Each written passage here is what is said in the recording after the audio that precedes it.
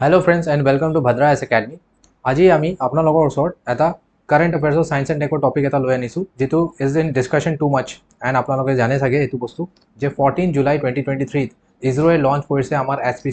এম্বিচিয়াছ Chandrayaan 3 mission আৰু চন্দ্ৰায়ন 3 মিছনত আমি again মুনত soft landing এটা কৰাম যেটো চন্দ্ৰায়ন 2 ফেইলিয়াৰ হৈ গৈছিলে and this time we are going to be successful in this mission. So let's see আমি চাই লওঁ যে মিছনৰ অবজেক্টিভছ আৰু কিছুমান কথাবিলাক the details of the mission as such. First of all যেটো মিছন হয় ইছৰোৱে যেটো লঞ্চ কৰিছে ইয়াৰ অবজেক্টিভছ আছে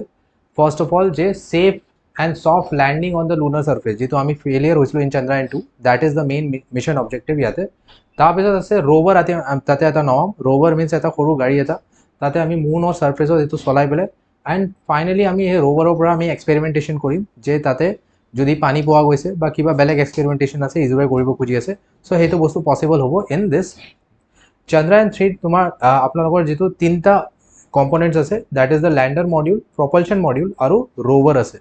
ল্যান্ডাৰ মডিউলে ৰোভাৰ মানে এইটো লৈ পেলাই এইটো তলত ল্যান্ড কৰিব প্ৰপালশন মডিউলে আৰ্থৰ পৰা তালৈকে মুনলৈকে এইটোৱে লৈ যাব এটা এটাকে আমি চাই লওঁ যে ওয়াটাৰ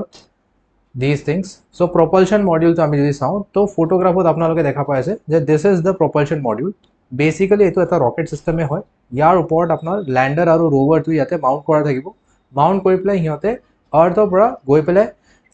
মুনলৈকে এটো propulsion module লৈ যাব দুইটা হে মুনৰ সাৰফেসৰ ওচৰত লৈ যাব এন্ড তাৰ পিছত তাৰ পৰা it will be separated ইয়াৰ পৰা সেপাৰেট হৈ পেলাই ল্যান্ডাৰ টোৱে তাতে গৈ পেলাই ল্যান্ড কৰিব এন্ড তাৰপিছত ৰোভাৰ টো ৰিলিজ কৰি দিব So this is the propulsion module. ইয়াৰ পিছত যদি আমি চাও this will be the lander module. এই lander module হয় lander moduleৰ ভিতৰত আপোনালোকৰ যেটো rover হয় হেতু ইয়াতে থোৱা যাব and এটো vertical landing কৰাব ৰাইট যেনেকৈ এটো আহি আছে এটো vertical হৈ যাব vertical হৈ পেলাই কাৰণ এনেকৈ নামিব লাগিব সো soft landing কৰাব তলত rocket systems আছে rocket জ্বলি যাব আৰু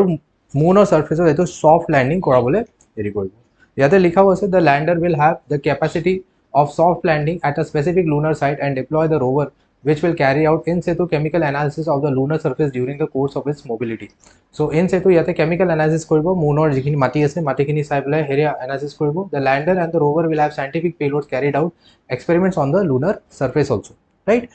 So ইয়াতে আমি চাও যে যেটো ল্যান্ডাৰ আছে ল্যান্ডাৰে ৰোভাৰটো কেনেকৈ লৈ যাব ইয়াৰ ভিতৰত ৰোভাৰটো থাকিব এই ৰোভাৰটো ইয়াতে ল্যান্ডাৰটো যেতিয়া ল্যান্ড হৈ যাব সফ্ট ল্যান্ডিং কৰি ল'ব এই মুনৰ সাৰফেসত তাৰপিছত ইয়াৰ পৰা এটো খুলি যাব খুলি পেলাই এটো ৰ্যাম্প হৈ যাব ৰ্যাম্পৰ পৰা এই যেটো ৰোভাৰ হয় এটো তললৈ নামি আহিব লাহে লাহে আৰু নামি আহি পেলাই এটো মুনৰ সাৰফেসত নিজৰ কামখিনি কৰিব পাৰিব ৰাইট এইটো ৰোভাৰ হয় যেটো মেইন মানে আমাৰ main component of this mission কাৰণ এই ৰোভাৰটোৱে আকৌ যেনেকৈ মই দেখালো ৰ্যাম্পৰ পৰা নামি আহি পেলাই এটো মুনৰ সাৰফেসত এটো সাইন্টিফিক এক্সপেৰিমেন্টস কৰিব ইয়াতে সোলাৰ প্যানেলস বিলাক আছে যাতে পাৱাৰ দি থাকিব পাৰে বেলেগ বেলেগ ইকুইপমেন্টস আছে এই ইকুইপমেন্টছৰ পৰা আমি তাতে স্ক্যান কৰি পেলাই মুনৰ সাৰফেসটো আমি এনালাইজ কৰিব পাৰিম and it will help and mainly যদি চাই যে টোটাল যেটো গুটে কম্পোনেন্টটো হয় এটো এনেকুৱা হয় right and this is the lander and plus rover ইয়াতে ল্যান্ডাৰ আৰু ৰোভাৰ আছে দুইটাতে ইয়াতে এটো ৰ্যাম্পটো খুলি যাব যেটো আমি চালো ইয়াৰ তলৰটো হয় প্ৰপালশন মডিউল আৰু এই তলত ইয়াতে দুইটা জয়েন্ট লাগি পেলাই আছে এটো খুলি যাব যেতিয়া তাতে যাব so it will rotate like this and এটো খুলি যাব আৰু সেপাৰেট হৈ পেলাই তাতে গৈ পেলাই মুনৰ সাৰফেসত ল্যান্ড কৰিব so this way we are going to carry out our mission and এটো যেটা মিশনৰ ওভাৰভিউ হয় এতিয়া দুই দিন আগতে আমাৰ নিউজ আহি গৈছিলে দ্যাট এই যেটো স্পেসক্ৰাফ্ট হয় এনেকৈ অৰবিটত যাব অৰবিটত গৈ পেলাই প্ৰত্যেকটো বাৰতে ইয়াতে ইঞ্জিনটো ফায়াৰ কৰা যাব ইঞ্জিনটো ফায়াৰ কৰি পেলাই আৰু অলপ দূৰলৈ যাব আৰু ইয়াৰে পৰা যেটো ভেলোসিটি বা স্পীড হয় যেটো স্পেসক্ৰাফ্টৰ হেতু ইয়াতে পৰা বঢ়াই দিয়া যাব এন্ড ফাইনালি যেতিয়া স্পীডটো বঢ়াই দিয়া যাব it will go out of the orbit and finally it will go to the moon's orbit এতিয়া এই বস্তুটো আমাৰ হৈ গৈছে ISRO has conducted this and most probably calculationৰ হিচাপত 23rd August 2023 লৈকে এটো মুনলৈকে পাই যাব it will happen আৰু ইয়াতে তাৰপিছত মুনত অৰবিট কৰি পেলাই it will conduct the soft landing experiment so এইটো আপোনালোকৰ পাথ হয় of the Chandrayaan 3 mission practically যদি চাবলৈ যায় তো this is the rocket এটো ৰকেট ইউজ কৰা গৈছিলে this is the GSLV rocket যেটোক LMV M4 rocket বুলিও কোৱা যায় ইয়াতে এটা ক্ৰায়োজেনিক ইঞ্জিন আছে ইয়াতে এটা লিকুইড স্টেজ ইঞ্জিন আছে আৰু সলিড স্টেজ দুটা বুস্টাৰ ৰকেটস আছে প্ৰ্যাকটিক্যালি যদি চাবলৈ যায় তো এইটো হয় যেটো আমি কৈছিলো বাৰে বাৰে কৈ আছো আমি that is the lander module. ইয়াৰ ভিতৰতে ৰ'ভাৰ থাকিব